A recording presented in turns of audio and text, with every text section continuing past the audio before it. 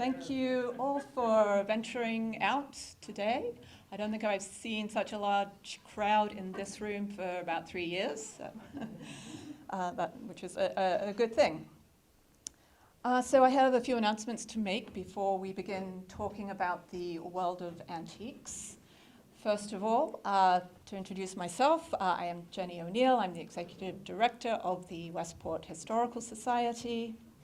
I want to give you an update on a program that was scheduled for April 1st. This was a program about the wreck of the industry. This was a Westport whaling ship and they discovered a wreck. Unfortunately, that program is postponed, but the good news is it will be rescheduled for some time later in the year.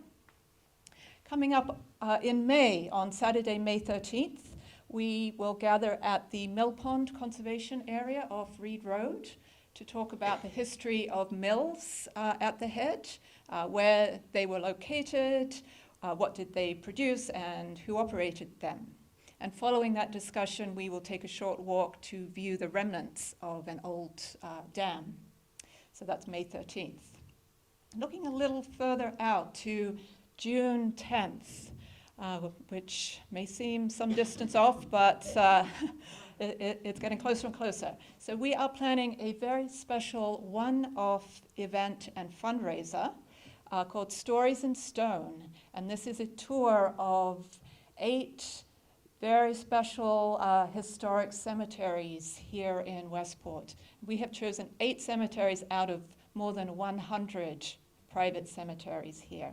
So this is a unique opportunity for you to visit some of these cemeteries that are not normally accessible. And I think there will be highlights for everyone. For me, I am looking forward to accessing the Charlotte White Cemetery. Okay, so many of you will never have another opportunity. So that's June 10th. It is a fundraiser. We will be looking for volunteers. We're going to need a lot of volunteers to pull the event off. We're also looking for sponsors, and we will be selling tickets, $35 each for just general admission. And if you are a member of the Historical Society, you will be receiving information about this event probably in the next couple of weeks. We'll send out a mailing. Information will be up on our website as well. So any way you can help with that would be wonderful. Finally, well, not quite finally, but I want to remind everyone that we still collect Lee's receipts, and we get 1% of the amount when they are totaled up. And I want to urge you to keep sending them to us. Some people just mail them in a bundle, and I have a wonderful volunteer who will add them all up, and we get a check in the mail from Lee's a few times a year. So, and you don't have to do anything except get the receipts to us. So you can put them in the mail, or you can drop them off at Partners Store. They have a little box, and we will pick them up. So keep doing that. Final announcement. I am interested in connecting with anyone in town who has French-Canadian heritage of some kind. We are planning in the summertime a get-together to bring French-Canadian families in Westport and Dartmouth, bring them together, swap stories, bring a photograph, build a little archive of photos and documents and stories. So I know that there are French Canadians out there. I recognize the names, but please let me know if you're interested in learning more, or if you happen to know someone in town, just let them know, and they will see announcements. This is many months off, sometime in August this year. Okay, on to today's program. Steve Fletcher, he is Executive Vice President, specializing in American furniture and decorative arts at Bonham Skinner. He is widely regarded as one of the world's foremost experts on early American furniture, American decorative arts and folk art. He is also a popular appraiser on the PBS television series Antiques Roadshow. He's probably the closest Westport has to a real celebrity. And most importantly, he is a board member of the Westport Historical Society. I'm sure that many of you know he is the owner of the beautiful Stonehouse property at the head of Westport. He is the one who has restored that house, which is truly a fantastic contribution to what has been an overall renaissance at the head of Westport. So we're very lucky to have him here as a Westport resident, and thank you for taking the time to speak to this group. Over to you.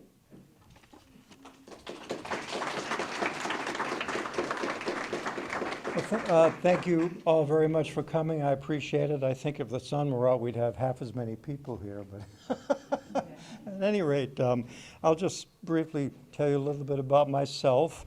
I first worked for Bob Skinner when I was a junior in high school, when he had an antique shop. And he had 1 or 2 auctions then, and I worked for him that summer. And then I worked for him the summer after I graduated from Wellesley High School for almost a year. Then I got my draft notice. I was in the Navy for 4 years. I got out of the Navy. Nancy Skinner said, "There's a job here for you, Steve." So basically I've been with Skinner, now Bonham Skinner, for my whole adult life.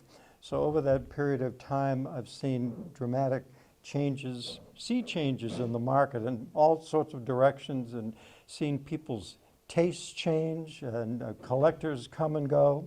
And as a result, I guess my perspective is interesting in that it's been formed over a really long time. So at any rate, I'm still there, and I still love my work, and I suppose the thing that invigorates anybody in the antique or auction business is the thrill of the chase, because you never know, and it happens to this very day, great things show up. So I don't want you to misunderstand. I'm going to try to go through these pretty quickly. And Jenny said at some point, she said, if you're running too long, give me the word, okay? At any rate, I don't want to give you the impression that everything we sell is quite as special as this. There are incredible opportunities at auction as we speak today. Incredible bargains, because I think the zeal for collecting American furniture and decorative arts seems to have sort of almost skipped a generation. Young people just don't seem to be particularly interested in large numbers. There's been some improvement, but I always stress to people, what a great way to furnish a house or hang a painting on the wall or whatever. There are great bargains out there. So don't, by looking at what I'm presenting to you, misunderstand the situation. Are we ready? It's going to work? Yes. Okay. So this was an incredible picture that was sold at Skinner now a number of years ago. And it's still, actually a long time ago, and it still remains a record for the artist Fitzhenry Lane. Was known as a luminous painter, and his best pictures were painted in the 1860s. And I think that his pictures achieved such popularity because he painted a portrait of America, and I think people were trying to forget the war and all its ugliness. So his pictures had a great appeal. This is West Beach in Beverly. This was found. We've sold several Fitzhenry Lane paintings, and in each case, except one, the people had no idea what it was. So this is one of those situations. I'll tell it quick. 2 sisters in Newton lived in a very modest house, and they'd taken care of their brother for all their lives. And so we went there, looked at the picture. I wasn't on this call, but at any rate, Sandy Niles won the call. Anybody know Sandy Niles? She's married now. At any rate, she saw the picture, and the woman said, "We believe this is painted by a Mr. Hughes." And she said, "Well, you're on the right track." She said, "I'm going to send our painting department head to see this because it potentially is quite valuable." She said, "Well, that's good news." So Colleen went and looked at the picture and told these sisters, one of whom said, "I'm going to go back to work at Stop and Shop as a checkout person at night." So we assured her that perhaps that wouldn't be necessary. So this particular picture brought, I don't know, do we have the next slide? I don't know if we have it yet or not. There it is. So these women were there, and one of them when it sold was as white as death, and the other one was like bright red with excitement. They sort of accepted it in a different way.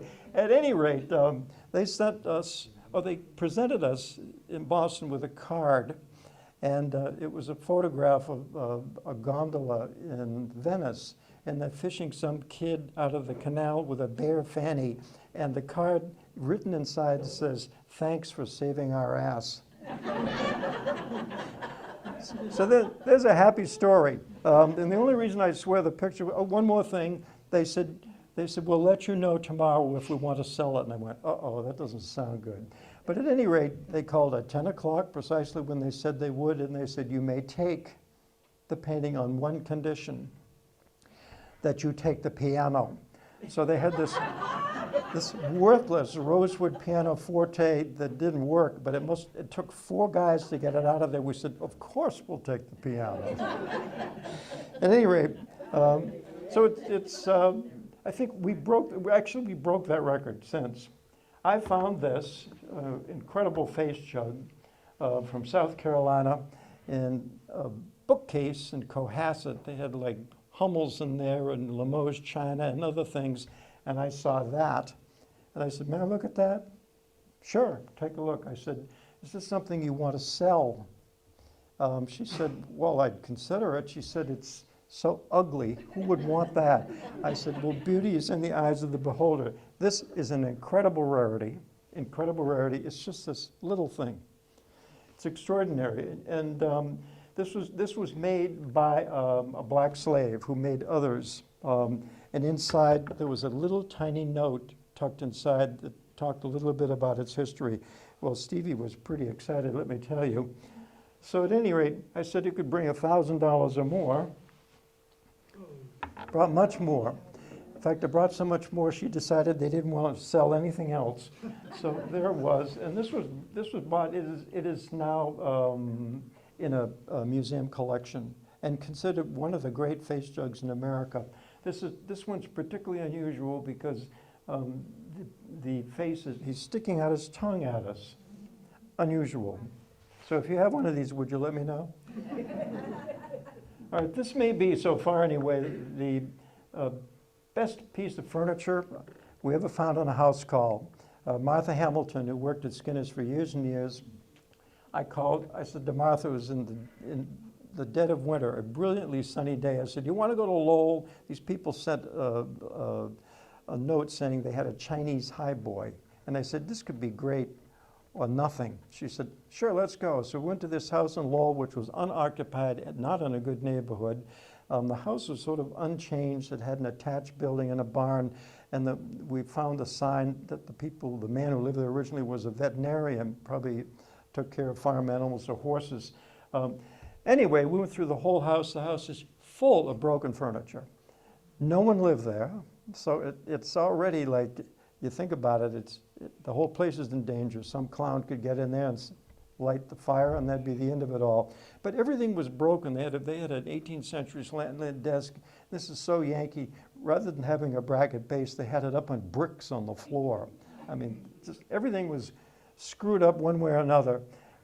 And we found nothing of interest except this was in the last room, and Martha's talking to John and his son Chip about things. I thought, well, you know, it's been interesting. But at any rate, I went into this last bedroom, and it was in the corner by a window. And I saw from a distance, the vast majority of these are English. This is the Japan highboy. So they've taken a piece of furniture, I think it was made of maple. And there's a very complex process of using silver and gold leaf, lacquer enamels to achieve this Chinese effect, if you will. But this is an American piece of furniture. It's not English. At any rate, I opened a drawer, and it's totally full of stuff that had been there forever. So Martha's very preoccupied with old John and his son Chip. And I said, Martha, can you take a peek at this? She came into the room, and Martha Hamilton is perhaps the most proper, can I use a bad word here? To have your permission. At any rate, I said to Martha, I pointed to it, holy shit. And she turned to me and she said, yes. At any rate, I said to John and Chip, I said, this is an amazing piece of furniture. And Chip reminded me that his dad was very hard of hearing. You're going to have to speak up, Steve. So I tried my best. And I'm talking about it. And at one point I said, well, this is a museum quality. And old John said, I heard that. So at any rate, I went to this whole thing about this shouldn't be here. It shouldn't be in an unoccupied house. It shouldn't be by a window. It shouldn't be subject to extremes in temperature, humidity, heat. Never mind the fact that this is not in the best neighborhood. What if someone broke in here? What if, whatever. What if the house caught on fire? I said, it shouldn't be here with no one living here. Something could happen to it. And old John said, well, it's been here since 1835 and nothing happened to it. I liked his perspective. At any rate, we finally convinced him to let us babysit this thing and get it out of there. That possession is, well, it helps. At any rate, we talked quite a bit, and I talked to Chip, and I could tell they were considering selling it. And he said, well, we'll have to explore other alternatives. And I said, and I'm not an aggressive person, I said, don't you dare. He said, all right, talk to me. So we had flown up Christine Thompson, who was at Winterthur. She is one of, I think, America's leading Japanning experts. She came up and looked at this thing, and it was in a climate-controlled room, and she looked at it, and she just went, oh my God, this is one of the most exciting things I've ever seen. This is unbelievable. That's pretty good coming from a museum person. And she said, Martha, have you figured out who the Japanner might be? And I think Martha said, maybe Stephen Whiting or Rob Davis. She said, I think it's more likely Rob Davis. Let's take a look. So I took all the drawers out. The top comes off the bottom, and so you can move it. It was so, this highboy was so tall that it was touching the ceiling in the house, and I think they got rid of the finials. I looked everywhere for them, because it wouldn't fit in there with the finials on top of the swan's neck cresting. At any rate, took the drawers out, and so we could turn over the bottom. There's a close-up of what this looks like. It was very dirty, and it's one of 3 or 4 pieces of Japan American furniture that has not been restored. It's strictly as is, which is a very, very good thing. Well, I don't know if you can read what it says on the underside of the drawer, but it says Rob Davis. So this is one of 3 pieces of Japan furniture that actually is signed by the Japanner. So the Japanner worked in conjunction with a cabinet maker. Well, I turned it over and I looked at it, and they were totally unaware that it was signed. And I said, Chris, I said, would this help? I thought she was going to faint. She said, oh my God. So we're all screaming and jumping up and down, and David, who was in the musical instrument department, came in. He said, is everything all right here? We said, yes. He said, look, this is signed. He said, God, you antique people you're very strange. At any rate, I said to Chip, I said, Christie's had sold a Japan flat-top highboy, not signed, but in better condition for $1 million. And I told him that. I said, but we've done a lot of research. We know more about this now than anybody. And I said, I'd like to, he said, you can estimate it where you want. Let me say it this way, I trust you. Do the best you can do for us. So we did. Can you read out the numbers for the people at the back? Say again? Can you read out the amount? So $1,876,000. So it was bought by Ned Johnson. Some of you may know of Ned Johnson, who has now passed away, but Fidelity Investments, who's one of the great American collectors. He has extraordinary things. He was a good customer and a very interesting, I could do a lecture just about my interchanges with him. He's a really interesting guy. At any rate, he gave this to Christine Thompson to conserve, not restore, stabilize. And she confessed to me that he spent $400,000 just doing that. At any rate, I had the great privilege of going to a Christmas party at their house in Beacon Hill, and there it was, after it had been conserved. It was just breathtaking. So the nicest email I ever got from anybody was from Chip and his father. It said, we are very glad we met you, Steve. You changed the lives of 3 generations of our family. They were not wealthy people. So these are happy auction stories. Maybe I should tell some stories about disasters. I don't know. All right, here's the best quilt we ever sold. This was made by Mary Bell Chauvin. It was made while her husband was away. He was a flag bearer, Civil War, and he died. Left her with a soldier's pension and 6 kids. So he never saw this. She made it, she folded it up and put it in, when her descendants brought it to the gallery, it was in a pillowcase. But I said, well, let's take this outside. I got goosebumps. I heard this poignant story. It had never been used. It was as bright and beautiful as the day it was made. And Mary Bell was a really talented lady. This is a pretty sophisticated piece of work. It doesn't follow the normal quilting pattern, if you will. It was very much her own vision. I don't know if you can see, but some of the grapes, it's all trapunto, they're stuffed, so it has an incredible surface. So some of the grapes are green, and some of them are purple. Anyway, a great thing, and I promoted this to the Milwaukee Art Museum because it was made in Wisconsin, and they were in the midst of a capital drive, and they didn't buy it. In my opinion, that was a mistake. At any rate, brought almost $150,000, and best quilt I think I'll ever see, at least as far as Skinner's involvement is concerned. This is the portrait of Abigail Rose. Can you read those things or not? At any rate, she was this girl from North Brantford, and she was 14 years old when this was painted. We never did figure out who painted it. This was a big picture that had never been cleaned, never restored. She's seated, and I don't know if you can see well enough, but you could call this a naive portrait.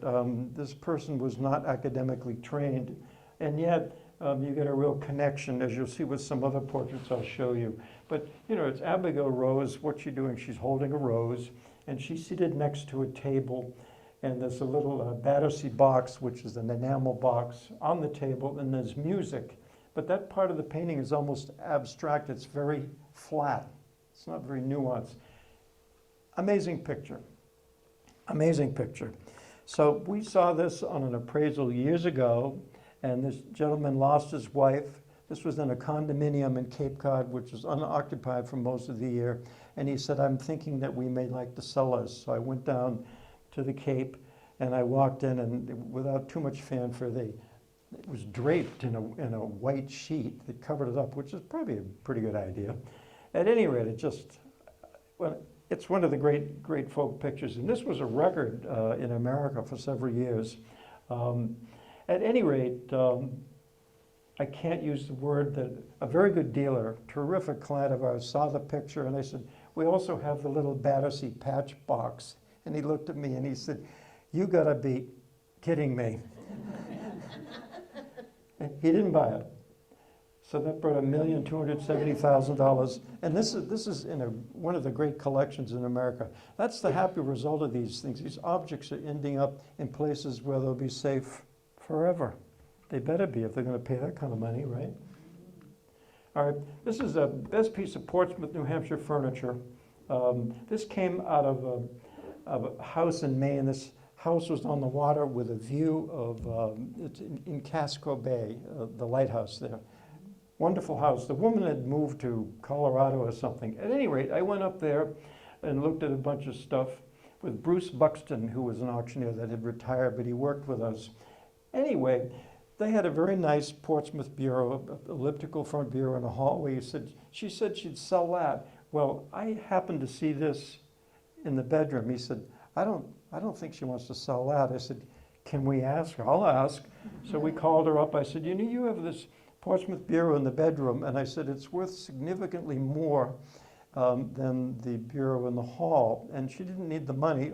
Everything that was being sold, all the monies were to go to charity. So I'm thinking, well, this is great because this is going to make more money for whatever her favorite charity is than the other bureau.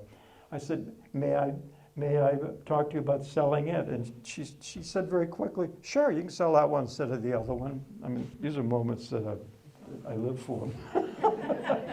Anyway, this is a reverse serpentine bureau, and typical of like top of the line Portsmouth furniture. I mean, it's beautifully inlaid with a satin wood or wavy birch, and those central panel, how they continue into the skirt. It's just the most satisfying, symmetrical, beautiful thing imaginable. And Brock Job, who was a furniture scholar, saw this and he just went, "Oh my God, where do you find this stuff?" I said, "Well, it was in a house by the ocean in Maine." At any rate, that brought $314,000 and again ended up in a great collection. And this didn't need anything, it was in great condition. So, nicest piece of Portsmouth furniture we've had the privilege of selling. So here's a wonderful folk picture. Junction formed in Medford by a meeting of the Mystic River Canal and the railroad. And the painter, I think, was interested in showing, like, where are we in this country? You know, in that time. This is early 19th century. But there's an ascension balloon, and then they've got the railroad, and then they've got canal in which traffic was taken in barges. So they packed everything imaginable into this picture because they're proud of the country and they're proud of their town, Medford. Original frame, this was a terrific thing. One of my favorite things that we've sold, and curiously enough, when it was at Preview in Boston, this couple came and they said, "We have one almost just like this." And theirs was very similar, so we surmised that this picture may have been painted in a school situation by somebody. And we don't know whether it was copied from a print, but we know of two now. So that did awfully well, as you can see, $144,000. I think some of these prices, sometimes most people look at this, I can't afford to buy anything. But so I don't want to give you the wrong idea. I'm going to keep reminding you of that. But if I showed you a bunch of boring stuff, I don't think it'd be quite as interesting, would it?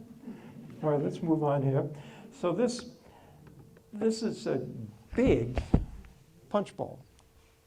So this was given to Cass Gilbert, who designed the Woolworth Building when it was finished in 1913, and I think was presented to him by President Woodrow Wilson.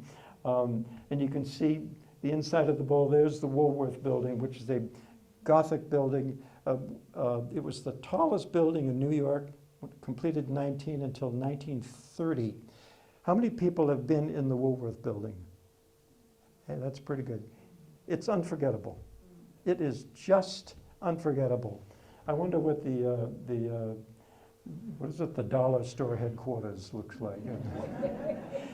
Anyway, this cost way more money than they thought it would and took longer to complete, but it's celebrated by this bowl. And this came from a house in New Hampshire, and these people were somehow descended from the architect, Cass Gilbert, and for years they had it in the barn hidden in hay.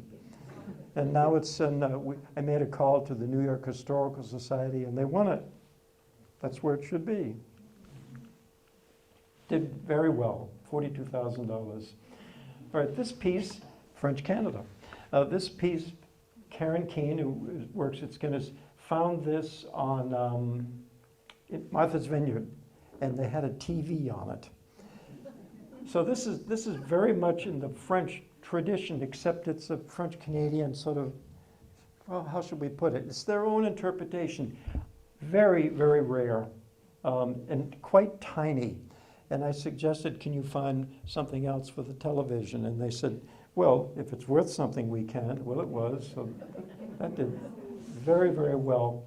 And I wonder if they've taken the casters off. I don't know if that's how they move the TV around the room. So this is we've never seen another one. All right, this is a great little story. How are we doing so far? Are we doing all right? All right. So Chris, who worked at Skinner's at the time, went on a house call in Dorchester. And there was this big house that needed a lot of work. This is probably a house built in the 1870s. In a neighborhood at one point that was pretty special. And well, it's getting better again, all over again. But at any rate, these people wanted to sell some things because they wanted to work on the house and fix it up. So there were a number of things there, reasonably interesting, and Chris spotted this above the fireplace. He said, "May I look at that?" "You may."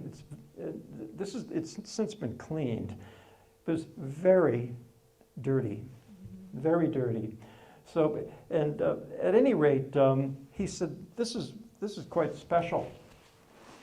This could bring quite a bit of money. And the woman was there. She said, well, she said there was a dealer here, and he wanted to buy it, but she said, I didn't appreciate the fact that while I was out of the room, he spit in his finger and you know, to see if it would clean, because saliva is pretty good cleaning fluid or whatever. At any rate, she spotted that. That was the end of that guy. So Chris, when he was there, said we could bring at least $5,000. And she thought, well, this is exciting. He said, it's got lots of potential. So I was on vacation on Cape Cod, and he called me up and sent a picture. He said, I don't mean to bug you. He said, but look at this portrait of this boy. I went, oh my God. I said, is there a chance we can sell that? He said, I have it. I said, well, what did you tell him would bring? At least $5,000. And they said, they gave it to you? He said, well, I said it had a lot of potential. At any rate, so this ended up being misidentified. This ended up, I think, being his older brother. And it was attributed to the Wilkinson limner, who now they think they've identified as being a specific person. The Wilkinson limner was called that because the identity of a woman that this artist painted, her name was Wilkinson, the last name. Anyway, so we decided to up the estimate, which they thought was just fine with them. Dirt and all, brought $886,000, and this ended up in a fabulous collection. This woman, there have been 2 books published about her collection. She's a very generous person, and what can I say? This is absolutely, you might say, why would this bring so much money? Do you think it's very well, yes? I just have a question, just as a, by the way, how much do you think it would have cost to clean that? I can't hear you. How much do you think it would have cost to clean that? I think, well, I'm going to guess maybe $1,000, $1,500, but there wasn't really anything wrong with it. And we sell everything as is, because everybody has their own favorite conservation person. At any rate, but this is in Jane Ketcher's collection. I can say that because it's published, cleaned. And you might say, why is it worth that kind of money? Well, it has absolutely everything going for it. The kid is sitting in what they call a fancy chair. It's colorfully painted. He has fruit in his hand, that sort of arbor of an abundant fruit tree. He has a dog. Come on already. Could that artist put anything else in there to make this? White spot on the left shoulder, is that a flaw? Say again? The white spot on the left shoulder. That's where he spit. No spit? Yeah. Can you believe that? Thank you. All right. So this was something that happened fairly recently. I went on a house call in Providence, Rhode Island. They sent me pictures of this fall front desk, and these are English, almost always. And they said, well, it has a history of coming from Warren, Rhode Island. I said, okay, well, I'll come and take a look at it. Well, I looked at it, and the secondary wood is wood that you don't see. The piece itself is veneered in walnut, burl walnut, herringbone inlays, and so on. But the piece itself is made out of pine, and the secondary wood is chestnut. So eastern white pine and chestnut are both woods that are indigenous to New England, but they're also indigenous to Pennsylvania. And the only other desks known, this form, that are of American origin, were found in the Philadelphia area. So this was quite a puzzle. So at any rate, I said, I would estimate at $30,000 to $50,000 because I think it's American. We'll do some work. Well, we tried very hard to research this. It was traced back to this family in Warren, Rhode Island, back, I think, to 1832. At any rate, we said possibly Pennsylvania, but we left kind of the possibilities wide open. So Patricia Kane, who was with Yale, Noni Gadsden, Museum of Fine Arts, and Dennis Carr and some other people, this whole bunch of people came from 2 museums and looked at this for probably 2 hours. And the interior, I think, had 24 drawers, all these secret compartments that you had to know what you were doing to access them. And we think that the man that owned the desk was a shipbuilder, probably a big businessman, so he had papers he didn't want people getting access to, I think. At any rate, they were taking the drawers. I said, hey, just, can I remind you? I said, are you numbering the drawers so you know where these go? Because it'd be a nightmare. They said, don't worry about it. So I said to Pat Kane, I said, Pat, maybe you can blame me or people here at Skinner for not doing our homework. I said, but quite frankly, she said, how could you? She said, there are no other Rhode Island desks in this form. This is it. Well, anyway, they looked at it for a long time, and I called the people who owned it the day or the night before the auction. And I said, Bill, I said, I've never been in the dark about what the potential is on anything that I've ever sold. I said, it might do really well, but it might bomb. I said, because a lot of people don't necessarily think it's American. I do.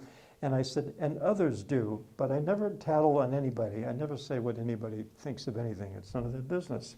And people tell me things in strict confidence. So I said, I don't want to give it away. He said, well, what are you suggesting? I said, well, let's put some sort of reserve. In other words, it's a number, a price that if it doesn't reach that, it won't sell. He said, what do you suggest? I said, I don't care. It could be as much as the low end of the estimate. He said, well, how about 20? And I said, okay. He said, yeah, if blank happens, he said, we'll take it back. I said, we'll deliver it. The thing was extremely heavy. So the feet weren't original, and the back of the desk had some insect damage, but it was the only one. So at any rate, they watched the auction online, and it brought $270,000. And he called up, he said, Steve, you said maybe you were being conservative. He said, I'll say. At any rate, the Museum of Fine Arts bought it, all right? They had it restored, and I saw it at Yale, a show, maybe 5, 6 years ago, of early Rhode Island furniture, and there it was looking the way that it was supposed to look. This is the beforehand. So that gave me a thrill. And they gave them a thrill to think that this desk was underneath their staircase in a bungalow. It was in the Museum of Fine Arts. So this is the best miniature we've ever sold.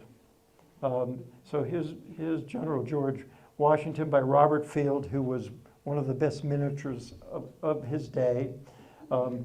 His intertwined woven hair is in the back of the miniature, and this is meant to be worn as a tribute memorial to the president. So that came into Boston, and I don't remember, it was estimated for not a lot of money. So the first one sold for $303,000, and then a month later, the consignor's brother said, well, I have the other one. What? He said, and I'd like to sell it. So, all the naysayers, that second one isn't going to bring anywhere near as much because the first person's got one, well, it brought more. Ha ha. I found this. This was in Rhode Island, I think in Barrington, and this woman's house was full of nice antiques. This was above the fireplace. This is a reverse painting on glass. It's a copy from an engraving by Edward Savage, and there's Liberty, Goddess of Liberty. It was in amazing condition. It was painted in China. It had a Chinese gilded frames. So these were painted. There are others known, but these were painted for export. So a lot of this material came over early on with the China trade. This was glorious, and it was in incredibly good condition. So I made a pitch for that, and I said, may I look at the back? Well, the back had in Chinese, it must have been framing instructions or something. I couldn't read it. At any rate, I said, this could bring $30,000 or more. I said, is this something I could take? And I said, might be a good idea, because when I took it off the wall, it had a little nail, and the nail just fell out of the wall. This is glass. And she said, oh my God, I don't even know what kept it up there. I said, well, she said, you may take it. So that went to an extraordinary collector on Beacon Hill in Boston, and we sold one maybe 2 years later, same subject matter, but the sky looked, in the second one, sort of dark and ominous, and it didn't make you feel good like this does. This makes you feel pretty positive about things, and it brought probably half as much money or less. So this is probably the earliest piece that I put in this presentation. This sampler was this big. And it was made by this girl from Marblehead, Ruthie Rogers, and it's so imaginative and so utterly charming. And I don't know if you can see it, but she's got flowers in her hair, and there's a bird, and this abundant pear tree. I mean, everything's like out of proportion, and yet it's compositionally the most successful, beautiful little gem of the needlework in great condition. So this is a long time ago, 1987, good grief. At any rate, Louise Woodhead, God rest her soul, worked at Skinner's then, and she received a snapshot in the mail from a woman in East Greenbush, New York. That's on its way to Albany, right on the highway. And she said, she's the only person who ever called me Bunky. Bunky, look at this. I went, oh my God. She said, this is, I said, oh my God, Louise, is that something that, she said, I think maybe she's going to sell it. So at any rate, Louise lied. She called the woman up and she said, I can't believe what a coincidence this is, but I'm going right through East Greenbush this weekend. And the woman said, oh, for heaven's sake, how fortuitous. And anyway, so Louise got this. I don't remember the estimate. It wasn't estimated for a lot of money. And the woman bought it at an antique shop for $250. And you can see what it brought. And that was bought by Peggy Schorsch for Ralph Asmarian, who gave a lot of material to the Folk Art Museum in New York. That's a long story. At any rate, it's still there. That's the best needlework we've ever sold. And what can I say? It's one of the greats. Most needleworks, I bet some of you have needlework samples. A lot of them are very faded and not very interesting. This has got everything going for it. This is a little Norway, Maine decorated table. This came from a collection, wonderful house, old house, right on the seashore. And this brought a surprisingly high amount of money. And you might say, why is that? It just was in perfect condition. So this is a little 2-drawer stand. It might have been a work table, made early 19th century, but it had been incredibly well cared for, and it's just bright and beautiful. Now you might say, what if that were refinished? What would that bring? $250. It would bring nothing.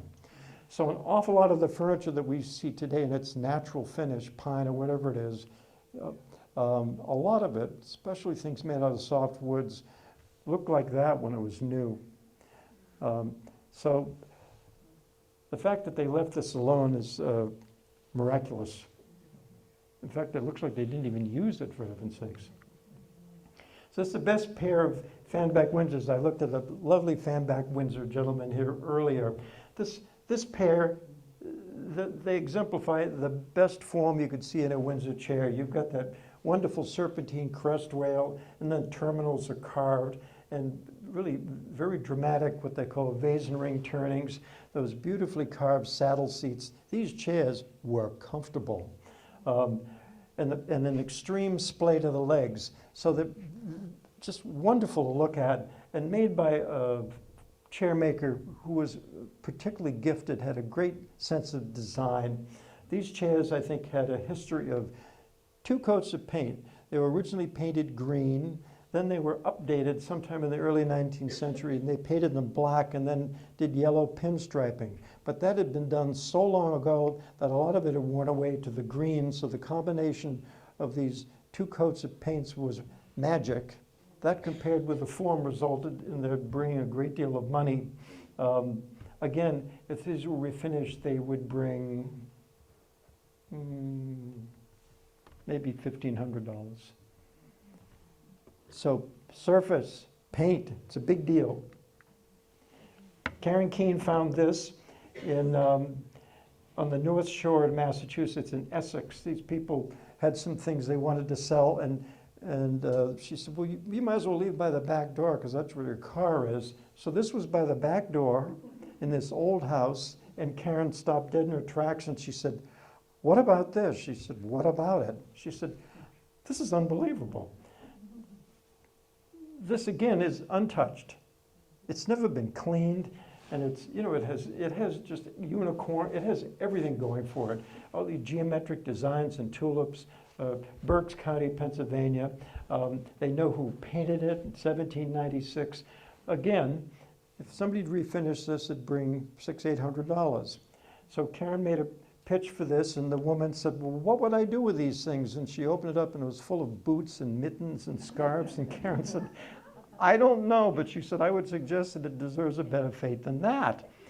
So the woman made a decision. She said, I'll let you know. So she made a decision to sell it, and you can see how well it did, $446,000. And it since was cleaned at Winterthur, and I haven't seen it since, but they said it is just breathtaking. It's so beautiful. I kind of like things sort of with old surface, but they basically had the best people in America work on it. So I thought we'd put a piece of Shaker furniture in here. This is almost the antithesis of, as far as paint goes, the last piece we looked at.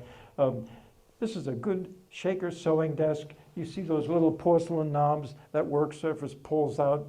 And the Shakers, everything is form follows function. These drawers can be accessed depending on what you're doing from different sides of it. It's very appealing and has really a very contemporary look. It doesn't really look like an antique. This did well because it had its original bittersweet stain refinished. Well, you can fill in the blank. This was huge. This is like 10 feet long. This was in a Shaker school in Harvard, Massachusetts. One of my favorite things. It just was so beautiful, and it's quite a coincidence. And I thought it was a bargain. That's an awful lot of money, but I thought it'd bring more money than that because it's an extraordinary rarity. But several collectors who have the means to buy it said, I don't have 10.5 feet. Why couldn't this be half the size? It's so big. At any rate, I think 3 people looking at this at the exhibition said, at this handwriting. So you see it's cursive handwriting, then it has punctuation. I think there are numerals. And she said, look what we've lost. Because nobody knows how to write like that anymore. Well, we do, I think. At any rate, and a couple of dealers bought that, and it took them a long time to sell it because it was big. I think they thought they'd gotten a deal, but after trying to sell it for several years, I think they maybe had second thoughts. So William Matthew Prior is one of the better known, if you call them, folk art painters.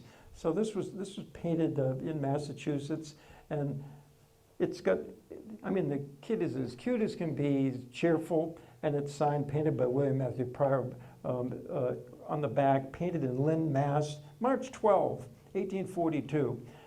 So it brought as much as it did because it's very appealing.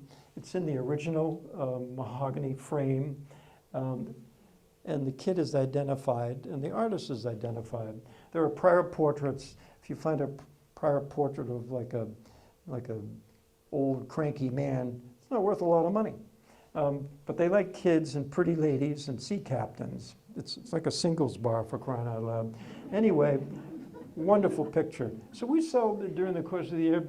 There were portraits of the William Prior Hamlin School. Several artists painted in this style, and this is one of his inexpensive portraits. And there are specific advertisements for William Matthew Prior. So if you don't want a picture that's like, and he could actually paint very well. In other words, shading and nuance. But these flat portraits were cheap. This cost, I don't know, $1.25 or something like that. So most people could afford this picture. But it's interesting that Prior's career juxtaposes with the advent of Daguerrean photography and tintypes and all that. So eventually these people didn't have as much business as they did because there was an alternative. So this is painted by sort of in Hamlin, same period as William Matthew Prior. Great picture. This guy had this, I think it was in the mountains of Colorado, and he sent a picture of this. And we said, We estimated it for considerably less than that, and it did awfully well. But again, here we go. I sound like a broken record. Great looking kid, he's got his dog, he's sitting in a chair. It just idealizes the perfectly well-behaved child with his loving dog. I guess that's a girl. Sometimes they put boys in dresses until 1840. This came from a house in Winchester. Zedekiah Belknap painted in Worcester County. A very good dealer, when she saw this picture at the preview, said, "This is a folk art icon, unbelievable." Again, same thing. Great looking kids. They got the cat, they got the basket of fruit. It's just, and they're seated in, stylish furniture. So this family, they probably had a little money to spend. And I saw this in a house in Winchester that was built on this hillside. The only way you get to the house is climb up these steep steps. I thought, I can't believe people deal with this every day. Anyway, that was hanging in a dark hallway. So I said, "Can I take this over to the window?" "What for?" I said, "Well, I can't see it." So I took it to the window. I said, "I know who painted this. This is by Zedekiah Belknap." "Why would you know that?" I said, "Zedekiah Belknap had a very recognizable style, and you can spot them. And we had sold several." At any rate, I said, this could bring $50,000. "Put it back." And I thought, why do they even want it? It's in this hall, and actually at the end of the house, it looked like nobody had gone in there for weeks. At any rate, 10 years later, I'll quote my mother, "Good things come to those who wait." They called me up and she said, "Stephen, do you remember that portrait?" And I went, "Dear Lord, yes." "Yes, I do." So at any rate, that was sold at auction. And David and Barbara Crashes, great collectors.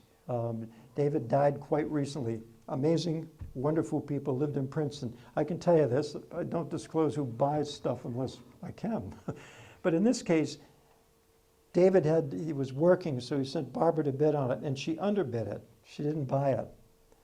So anyway, they went to the Winter Antique Show, and Marguerite Reardon, who was a major dealer, had bought this, and David made a beeline to her booth. He said, I want to look at that picture, I'm interested.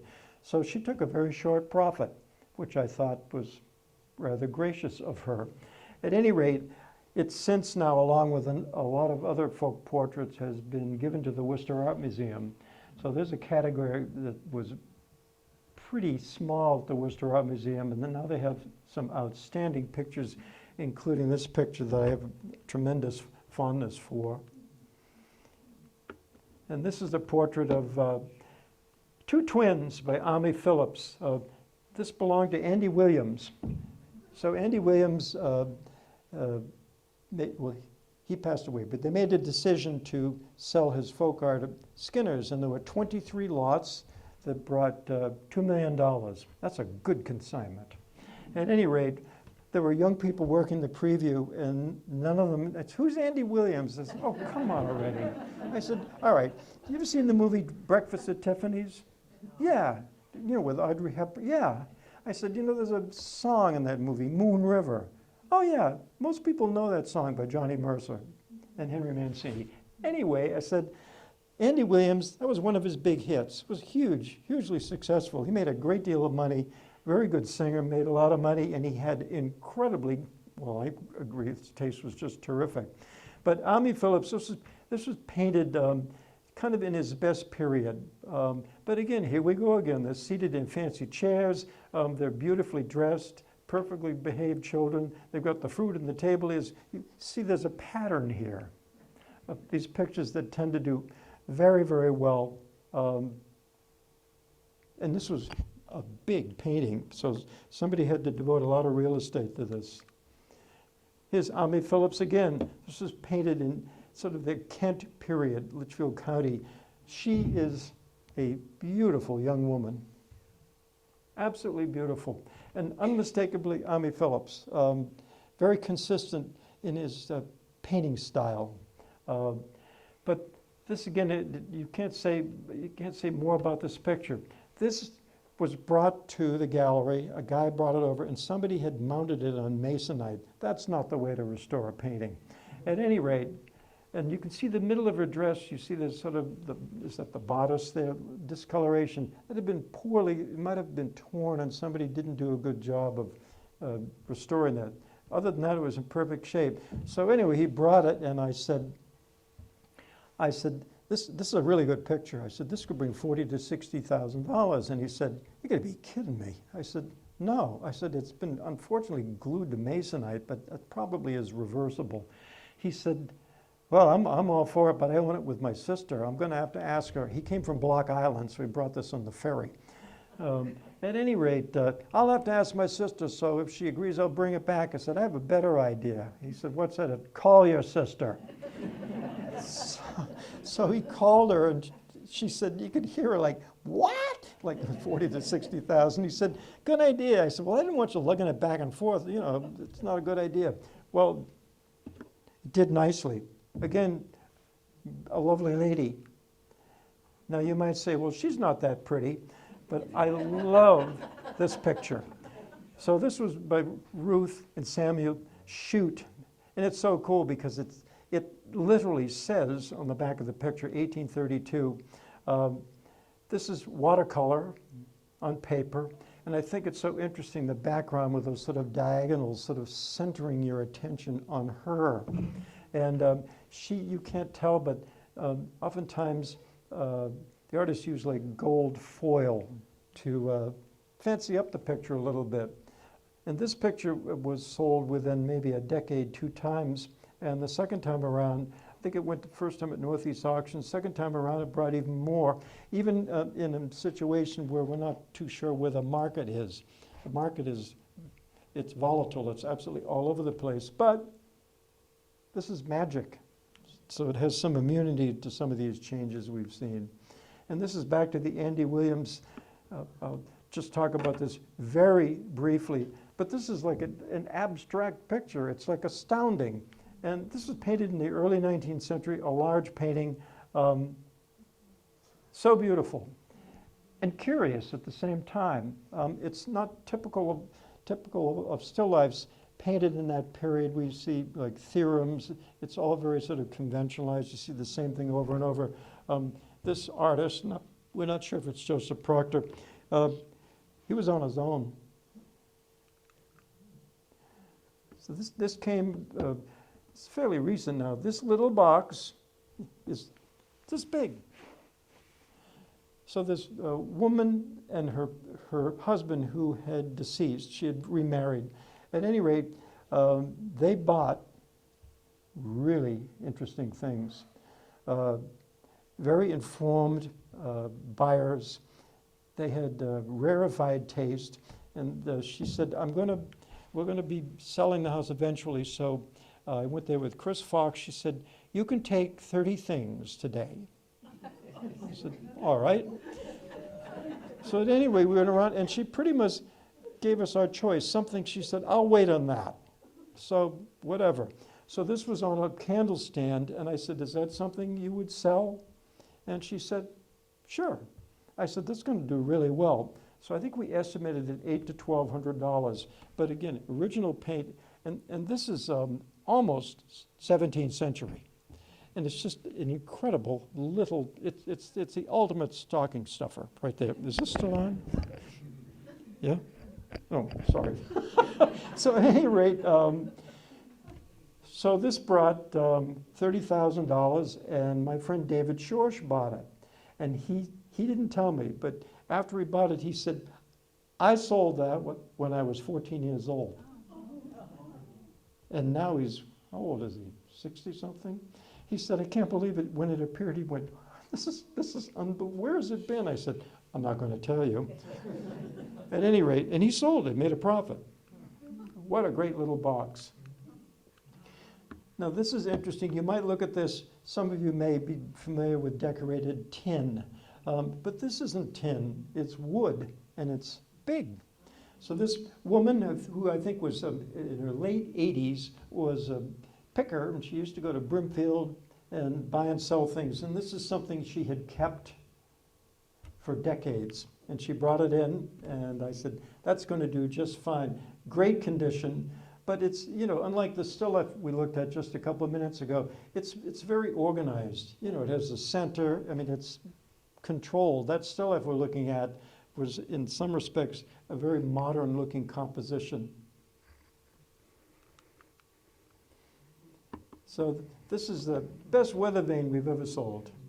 So I got a call from the Lexington Historical Society, and they said, we've never deaccessioned anything.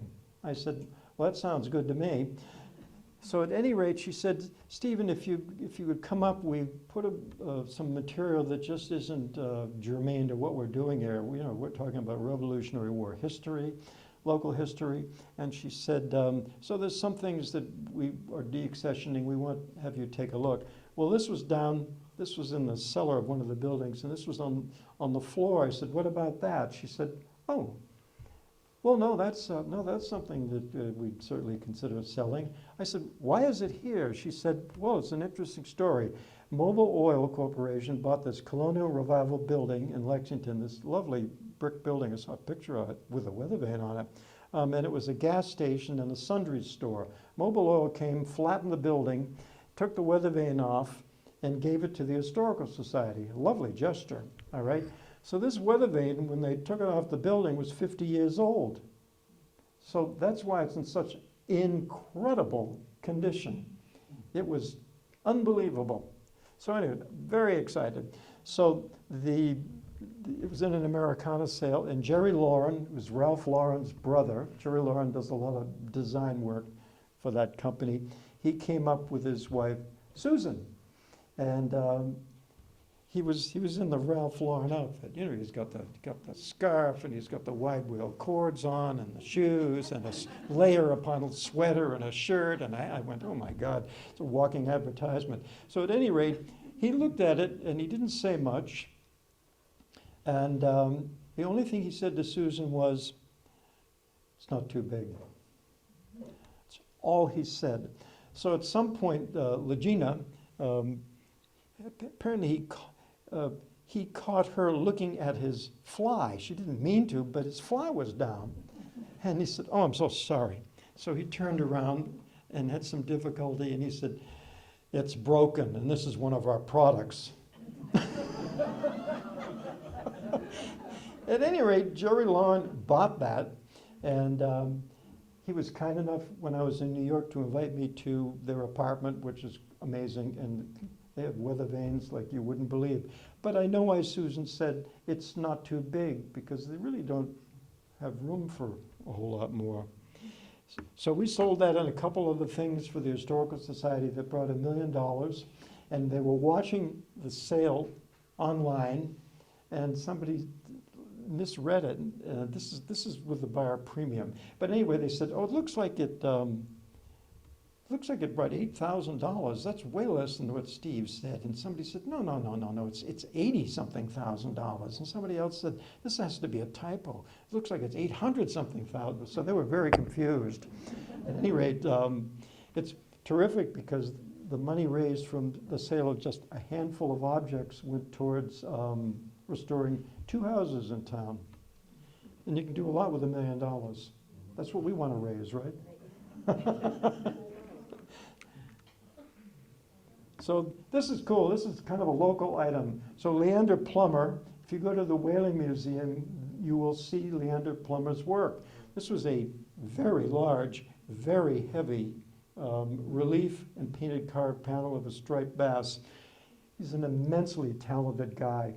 And we've sold a few of these over the years.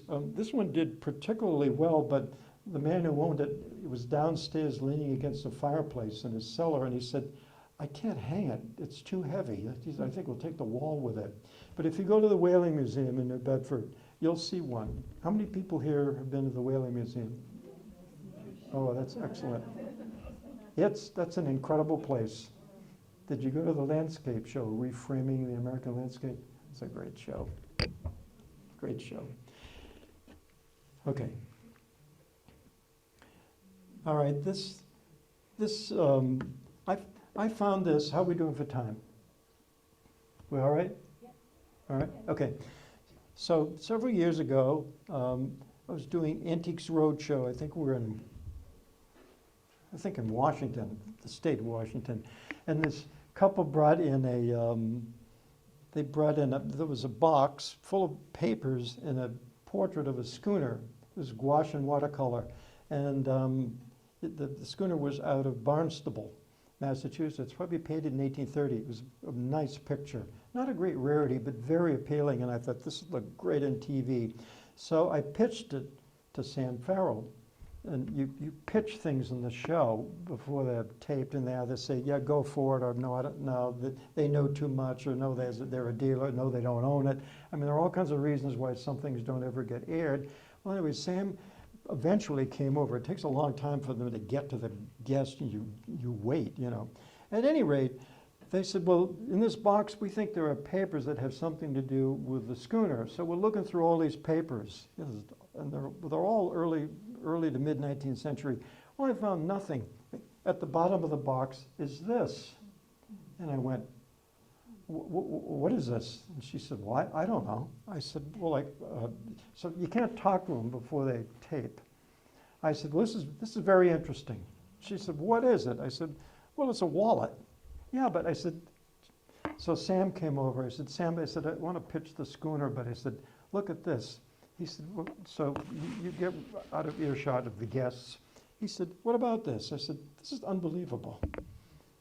I said, this is like an 18th century flame stitch wallet. I said, and most of them, they have just like geometric flame stitch designs or flowers. Sometimes they'll have a woman's name who may have made it in school and a date. But I said, I don't think we show the other side. But this portrays a black woman with a teapot. And on the other side, it was a black servant, and he was wearing like a long coat, red outfit, and he's holding a tray with, I think, a carafe. I said, this is incredible. He said, what's it worth? I said, I don't know, like $10,000. And he said, yeah, this is interesting. Tell you what we'll do. They don't usually do this. He said, we'll do the picture of the schooner, okay, if this works out. And then you can say, well, you're looking for papers, and at the bottom of the box you found this. They usually don't do twofers because it starts getting cumbersome. But he said, we'll do it. So at any rate, this ship picture, I said it was like, whatever it is, $3,000 to $5,000. And they said, now let's talk about the flame stitch wallet.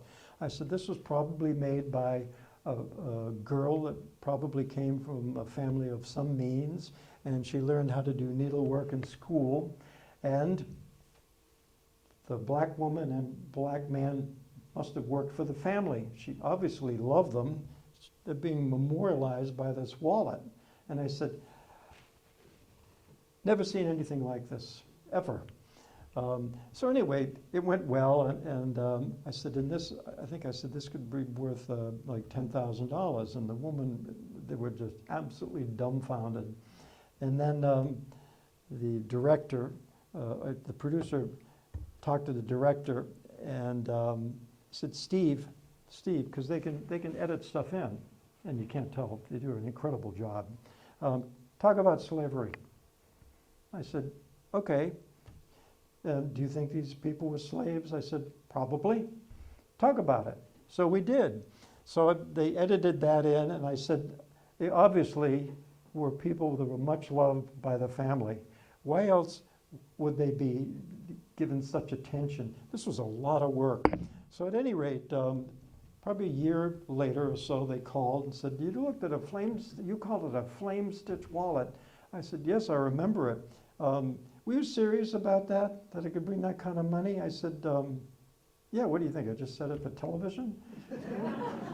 Well, all right, then we'd like to sell that. And I said, okay. Oh, and I forgot to tell you, they should oftentimes leave the mic on after they finish the spot, because people sometimes after the fact say amazing things. So they shut the mics off. Sometimes they say things that you wouldn't want to hear. But anyway, she said to me after they finished taping, I shouldn't tell you this, but yesterday when I found that, I almost threw it out. Ouch. So at any rate, it brought a good amount of money. And here's where I was rooting for the underbidder. But I can't say to an audience, and lay off that because so-and-so wants it. They can't do that. But Colonial Williamsburg underbid it. And I wanted them to end up with this so much, but they didn't. So what can I say? So there's a political campaign banner, William Henry Harrison. I think this was a house that belonged to Daughters of the American Revolution, and it was in a drawer. Chris went there, and it was folded up, and I don't think it was ever used. These others have come up, but they're always beat up because they've been out in the weather and the rain or whatever. This was so fresh and beautiful, and here's a situation where condition is everything. So this is a pretty recent event. So George Frederick Stearns and his family. This was in the attic of the house, face down. You can see it's suffered. But again, it had never been restored. And if you look at it carefully, there's a house portrait, and the artist has taken considerable effort to detail the decorations in the room. So not only is it a portrait of a large family, but they're in situ with all the things that were in their house. So this is like it's akin to a photograph of these people being in a room. So I called Nancy Carlisle, who was the chief curator at Historic New England. I said, Nancy, we've got something coming up that I think is right up your alley. So she came and looked at it, and she loved it, and they didn't get it. So this went to a dealer, and he sold it to somebody immediately, and he said, do you want me to have my guy clean it? And he said, yeah, because they'd done a lot of business. So at any rate, it came back, and the dealer who bought it said, I sold this too quickly. He said, oh my God, it's so beautiful. So it's hard to explain. This is very, very dirty. And the losses are basically sort of creases in the canvas. I don't even know if it was stretched any longer. But fundamentally, it was in really good condition. And this guy, his brother, I should say, he and his brother built a so-called mud house. And it still exists, but it was stucco. And everybody in town said when it rained, it would just melt. It didn't. All right, we're almost done. So we were taking things out of the Benjamin Lincoln House in Hingham. And he was an important figure in the Revolutionary War. And these people were contemplating selling the house, but what they really wanted to do was sell it to the town of Hingham because the house was pretty untouched, full of stuff. Wonderful people, real Yankees. I loved talking to them. I loved being there. At any rate, we sold a few things out of there. This was in a trunk in the attic, along with a bunch of other paperback books from the mid-19th century. Our book person was there. I mean, I wouldn't have thought about it one way or another. So here is the Library of American Books, Tales of Edgar A. Poe. This was published in 1848, first edition. Now, this is considered one of the great rarities by people who collect such things. There are there might be 10, 12 copies of known, but all but 2 at some point have been bound in leather for their protection because it's been collectible. This has been collectible for a century or more. This was as found. It has some foxing, that's the discoloration, but in really good condition. And look what it brought, for heaven's sakes. And I said to the folks who sold some things, I said, some dealer could have come up here and bought the trunk and everything in it for $50. And they said, you're right. So coincidentally enough, very recently, we sold a lot of material that a lot of it came originally from Frederick Fletcher, not related to me. He had this amazing house in Brookline, and he collected documents. He had presidential signatures up till 1930, and that's when he stopped collecting. All the presidents, signers of the Declaration, then a lot of historical material, literary figures, and so on. This is my favorite thing. So this letter, written by Edgar Allan Poe, look at his beautiful handwriting. I love the way he's asking, soliciting somebody for like a critique or review of something he's written. And this is 1848, same as that paperback. So this is just before he hit the big time. And he signs it off. You probably can't read it, but it says, "In a terrible hurry, yours most cordially, Edgar A. Poe." I love the way he signed off on this. And this is just a beautiful piece of paper and a great rarity. I mean, it brought almost $70,000, and it's so interesting. There's a collection where there's a great deal of Poe material, and they attempted to buy this and didn't end up with it. But they have in their collection the response to this letter, so you can see why they wanted this. But you know, there were George Washington things and Abraham Lincoln. I said to John and Chris, "I like that." Very cool. This might be the end. Not quite. So is anyone familiar with these? You are.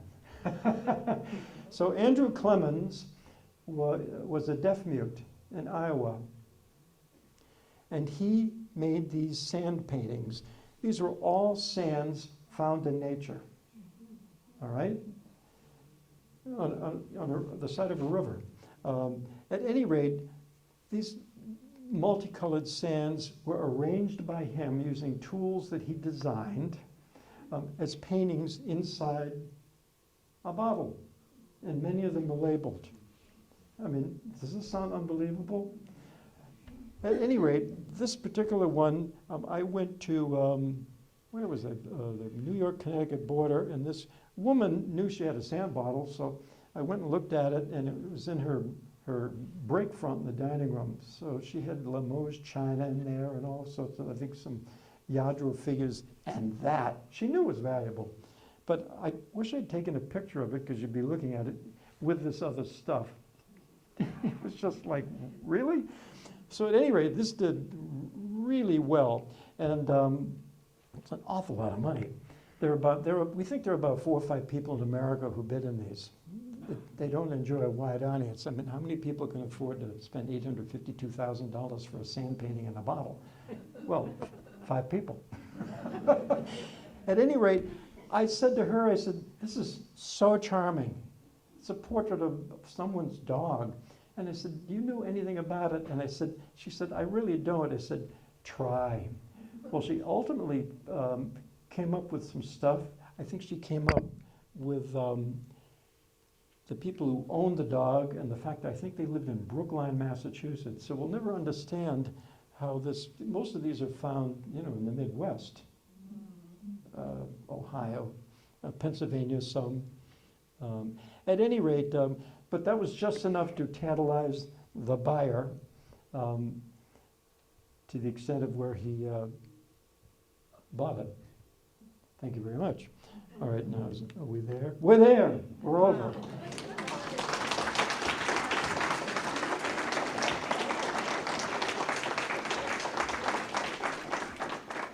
Anyway, there was a lot of big numbers, so I think maybe sometime we'll do a presentation about bargains. Because we could show an awful lot of pictures. All right, thank you. I appreciate you coming very much. Should we take questions? Are there any questions? Yes, So in the last piece, the sand painting, right. was that a painted picture of the Irish setter, or was that made of sand? All sand. Wow. And they have little, And the rim? he had these little tools where he could arrange, and it's absolutely mind, and he made quite a number of them. We have one coming up in May it was made for a man, James Carlisle, who was the first treasurer of the territory in, I think Colorado. And this particular one has a steam locomotive on it, and his favorite horse. So this is pretty special. So the family said, well, there's quite a bit of history about Mr. Carlisle. There is so much known about this guy. So that's going to do really well, because it gives you a lot of background on James Carlisle. Yes. So how did you get the sand to stick? I think he packed it as he went along. And in fact, the reason I brought up that particular one, Mr. Carlisle had apparently commissioned Andrew Clemens to make two. So some friend of his came over and he said, you know, these are made of sand. The guy, what the hell are you talking about? This is made of sand. And the guy took the top off. Oh, no. And the sand came out. I said, James, is that true? This was like great-grandson or something, great, whatever. He said, we think it's true. I said, well, look on the bright side. It makes this one rarer. Yes. Can you talk about auction houses and authentication? Sure. So it's incumbent on auction houses to stand behind what they're selling. And sometimes a lot of that can be determined if something's authentic within house. But there's situations where we may go to someone who has a specific expertise. For example, we'll sell we've had a couple of Calder mobiles or Calder pictures, and the Calder Foundation has to wave their wand over it and say it's right or wrong. But basically, things are pretty much guaranteed to be as described. Having said that, we've made a mistake, and somebody, says, I bought this so-and-so, and did you guys know it has a replaced whatever? If we made a mistake, we'll take it back. Or I might say to them, do you want us to make an adjustment? Yeah, I still want it, but maybe you can give me a little break, that kind of thing. But some things can be, well, in the case of the Rhode Island desk, the full front desk, that was a toughie. And I cataloged that very generally. I didn't have a whole lot specifically to say about it. So I left that up to the museum community. So it's incumbent on us to get the word out. So the internet is a wondrous thing because the material gets unbelievable exposure. Having said that, there are a lot of people today who buy things that are really rare and quite expensive, never having looked at them in person. And any collector knows that you want to look. You want to walk up to that tall case clock and open the door and inhale because it smells great. I don't know what that smell is, but the old furniture has this wonderful fragrance. I don't know if it's oxidized wood or who knows what it is. Maybe it's accumulation of smoke and grease or who knows what it is. But the pleasure of handling an object, whether it's a piece of blue transfer Staffordshire ware or a piece of furniture, take the drawers out with some help, turn it over, look at the base, are the brasses original, how's the surface? Weather vanes, for example, are very hard to judge online. You can't tell really what the surface is. Some things in my opinion, you simply have to see them. And that, to any collector, is one of the great pleasures of collecting. Do you have a lot of trouble with fakes coming to you and people asking to sell this? Yeah. So we have help scouts, so we get all these inquiries, tons of them. So you try to keep up with them. But, much of what people send pictures of is, really another bed warmer, oh my God, or whatever. And sometimes they'll send pictures of something that's incredible. You never know. You never know. But that's what makes it exciting. And even as I mentioned early on, things still show up, not as often. And Antiques Roadshow has changed in that the internet has made a big difference because a lot of people, they're coming loaded for bear. They think they know everything. And I love it when they think they know everything, but they don't know enough to differentiate between the one they think is, mine's worth, $50,000 and it ain't. So sometimes they will tape those things because it isn't always good news. This woman brought in a clock that was made in 1960. What is it? Atmos clock? It's these brass and glass clocks, and they run a year or whatever. Anyway, they were given as wedding gifts, the kind of wedding gift that most people, I'm sure, really wouldn't want. But anyway, she brought it in, and she's looking to tell me about this, so I told her this from the 1960s, and I said that the secondary market is practically non-existent. She said, what are you talking about? I said, they don't bring much money. That is absolutely isn't true, and it's much older than that. So she starts yelling at me. So I was doing clocks, and I said, hey guys, what's this worth? Well, probably about $250. When was it made? I don't know, 1960, 70, but they don't sell. I said, are you satisfied? Well, now she was madder than ever. So she wouldn't complain, that we were awful. And I said to her before I left, I said, this appraisal was free. I said, I don't want to argue with you. You can take it or leave it, my opinion. So sometimes people can get pretty, One other question, can you talk about trends? Because I understand China, for example, is not highly valued today where it once was. well, it's somebody, back in the old days, if we sold like a huge dinner service and like really nice quality at Limoges China, bring money. Not anymore.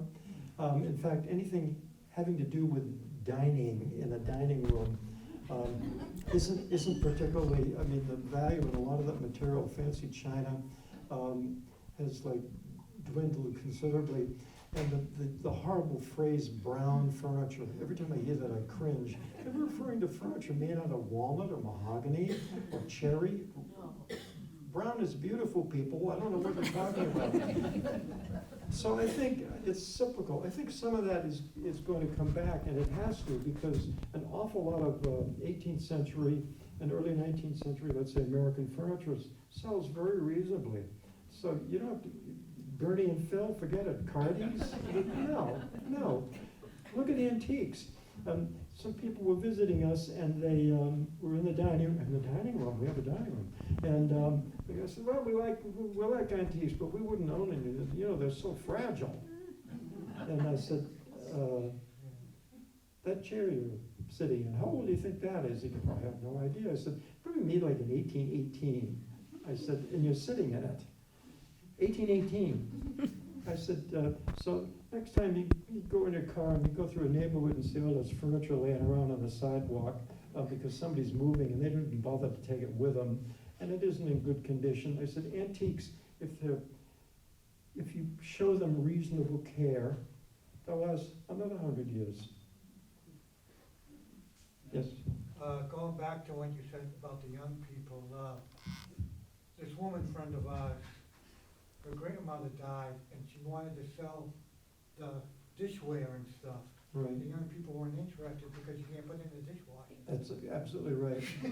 No, it's true. In fact, that's one of my running jokes. I've said some fabulous early piece of English pottery. Of course, this isn't dishwasher safe. Well, I know that. Steve, a brief story Jim did the other night. He put a plate into the microwave, and it had the gold trim. It was an old, early plate with gold trim. And all of a sudden, everything was going in fire, was going on. I said, no, you can't put that in there. It was just an old note in there, one of those old plates from maybe 1950s or 40s. Wow. Did you take a video? Well, I Sounds exciting. But here it's flaming up in the microwave, and I said, no, you can't put that dish in, it's the gold trim. But, That's amazing. I won't. So I have a question that's akin to what you're talking about. And it's about things like watches and clocks. Right. For which repairers are no longer become a rarity, right? So what does that do to the market? Well, I could tell you about one quick incident. We had a Simon Willard tall case clock made in Roxbury, probably about 1805. Incredible thing. Quarter fan inlay. It was a masterpiece. And the young couple was looking at it. So this seems promising. So I got within earshot, and she turned, presumably her husband, and she said, "Yeah, but you have to wind it." Once a week? Is that too much, darling? Jeez, that's ridiculous. Anyway, I chose not to speak with them. But antique clocks, that whole market has changed. They bring far less than they used to. People used to collect Connecticut clocks, especially clocks of the very early 19th century. That was like the beginning of the whole Industrial Revolution. So these incredibly Chauncey Jerome and Seth Thomas and Silas Hoadley and these people They were incredibly inventive, and they produced clocks. Eventually, they started with wooden works, then they switched to stamped brass movements. And these clocks they were sold all over the world for nothing, like a gingerbread clock. People might know what a gingerbread clock is. I think they were 75 cents, and the walnuts were $1.25. They still work today. But clock collectors, you don't see them buying the way they used to. But is it because they're afraid they won't be able to get, for instance, their clock repaired because the people who repair these things are Well, mighty few? Well, I'm fortunate in that I met this man, John Hutchison, who's in Rhode Island. He's so good. He's so busy. So you give him a clock. He said, "It's going to be 5 or 6 months, Steve." I said, "I can wait," but I trust him. So there are people out there, but increasingly they're few and far between, which is rather a pity. But there are still good cabinet makers. There are still very talented people. You just have to find them and find out if they're as good as they say they are. He's better. Watches are a different matter though. A lot of watches have tremendous value, older watches. Yes. Patek Philippe, Audemars Piguet, Jaeger-LeCoultre, if they're old, they can bring very big dollars. That's true. Rolex, of course, too. And of Well, mine, I knew that, but I thought it was because, for instance, the company was still there and would take responsibility. I don't know if that's true, but for helping people repair those. Oh, there are, a lot of these companies, yeah, they will repair it for you, that are still there. true. The companies that are defunct, you can still find people to repair those watches. Yeah, there are enough watchmakers around that can do that kind of work. Pocket watches, however, have gone down in value. I collect watches, so pocket watches have gone down in value tremendously. So they're very reasonably priced. I mean, you can get a pocket watch that has been recently serviced where it works, 1865, 1872, for $300. Gold, 10 karat gold, big heavy gold content, inexpensive because people, can put a wristwatch Yeah. on, pocket watch they don't want to carry. So it's just that phenomenon that creates big differences in value. It's interesting. I thought of a cartoon for the New Yorker. I get these ideas, but I don't know how we never make it happen. But it would be a scene inside a clock repair shop, and the guy that owns the shop is surrounded by all these ticking clocks, and he's looking at his cell phone to find out what time it is. We done?